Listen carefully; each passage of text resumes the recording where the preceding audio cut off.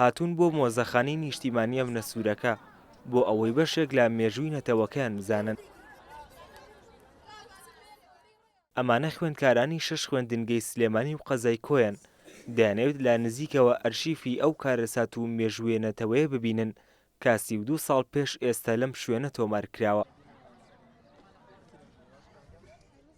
ئاکامێشێکە لە خوێندکارەکان کە بۆ یەکەم جارە سەردانی مۆزەخانەکە دەکات و دڵخۆشە بەوەی لەگەڵ هاوڕێ خوێندکارەکانی سەردانی ئێرەیان کردووە، وەک خۆی دەڵێت توانیوێتی ئەو ئازارانە ببینێت کە لە ڕابردوودا بەسەر گەلی کووردا هاتووە.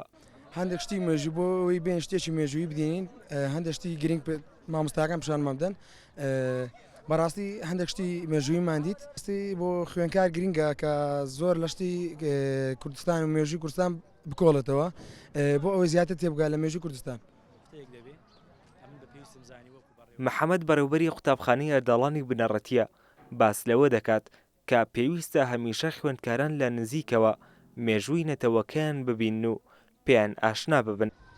بە پێویستمان زانی لە ڕۆژێکی وا مێژووی و لە ڕۆژێکی وا پیرۆز کە ڕۆژی ئازادکردنی شاری سلێمانی خۆشەویستە کە خوێندکارەکانمان و نەوەکانمان ئاشنا بکەین بە مێژوو کللتوری کوردی خۆمان بۆ ئەوەی خوێندگاکەمان و هەم خوێندکارەکانمان بزانن کە ئەو دەستکەوتەی ئەمڕۆ بەدی هاتووە بە کۆمەڵی قوربانیدان و کۆمەڵێ نەهامەتی بەدەست هاتووە.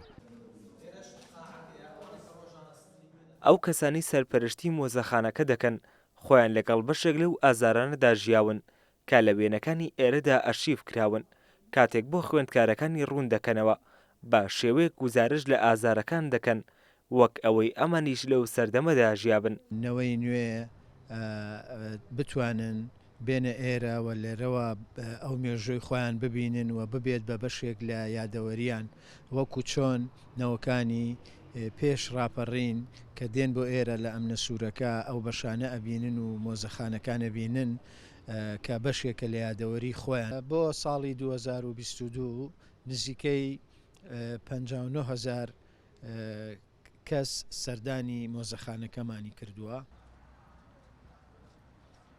ئەم نەسوورەکە لە ڕابردوودا لەسەر ئەرکی هێرۆ ئیبراهیم ئەحمەد کراوە بە مۆزەخانە و ناوی شەهیدان و چەندین وێنە و مێژووی ئەو کاتی تێدا ئەرشیف کراوە. بڕوابادین کورسات نیوز، سلێمانی.